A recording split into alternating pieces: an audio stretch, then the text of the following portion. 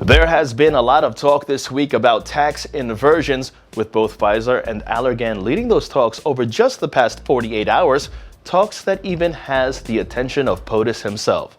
But like most of the world, one has got to be wondering, what exactly is a tax inversion? What? Well, you can thank me later, because it's defined time, and today's term is tax inversion. Now, a tax inversion, also known as a corporate inversion, is a term for the relocation of a corporation's permanent residence to a lower tax country. This all while usually retaining its material operations in its higher tax country of origin. You know the deal. A big company's headquarters operates in, let's say, New Jersey, realizes taxes are way too high, and rather than pay those taxes, they move the headquarters overseas through a merger, and presto, they lower their taxes immediately.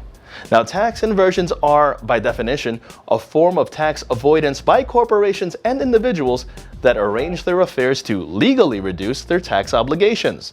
The key word there is legally. That is, until this week, with Allergan and Pfizer creating the final touches on a $160 billion merger, final touches that have just been scrapped, with both Pfizer and Allergan terminating the entire merger by mutual agreement just this morning. Why? Well, on Monday, the Obama administration introducing new rules meant to limit the ability of American companies to move their homes overseas just to lower their taxes. Now, the deal between Pfizer and Allergan, announced back in November, would have been the largest inversion ever. Pfizer's tax rate would have went from about 24% to 17%, and the company would have saved about $35 billion in taxes.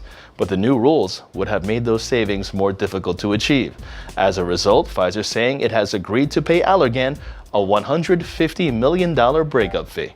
But for many other U.S. companies, these new rules can pose even more problems, as the U.S. does indeed have the highest corporate tax rate in the developed world at 35% and still collects taxes on profits that companies make overseas, both of which have left corporations frustrated with a system they say is unfair.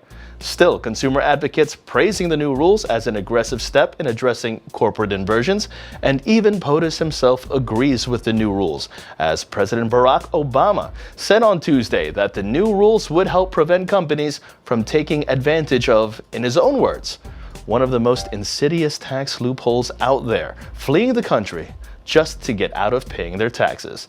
So there you have it, tax inversion explained by me, James Sweeney. So what exactly do you think about tax inversions? Was the Treasury right in putting in more strict rules? Should the Pfizer-Allergan merger have went through anyway? And do you agree with President Barack Obama's stance? Share your thoughts by commenting on the video below, subscribe to the Modern Wall Street YouTube page, and follow us on social media.